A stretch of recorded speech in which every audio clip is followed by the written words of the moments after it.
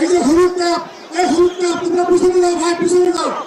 Volunteer ভাইদের দৃষ্টি আকর্ষণ করে বলি, প্লিজ প্লিজ আপনারা সক্রিয়ভাবে কাজ করুন। এই ছেলেদেরকে পিছনে শুনে যান। মহিলাদেরকে প্রোটেকশন দিলে আমি ভলান্টিয়াররা, যারা ভলান্টিয়ার আছে মহিলাদেরকে প্রোটেকশন দাও। বক্তব্য রাখার জন্য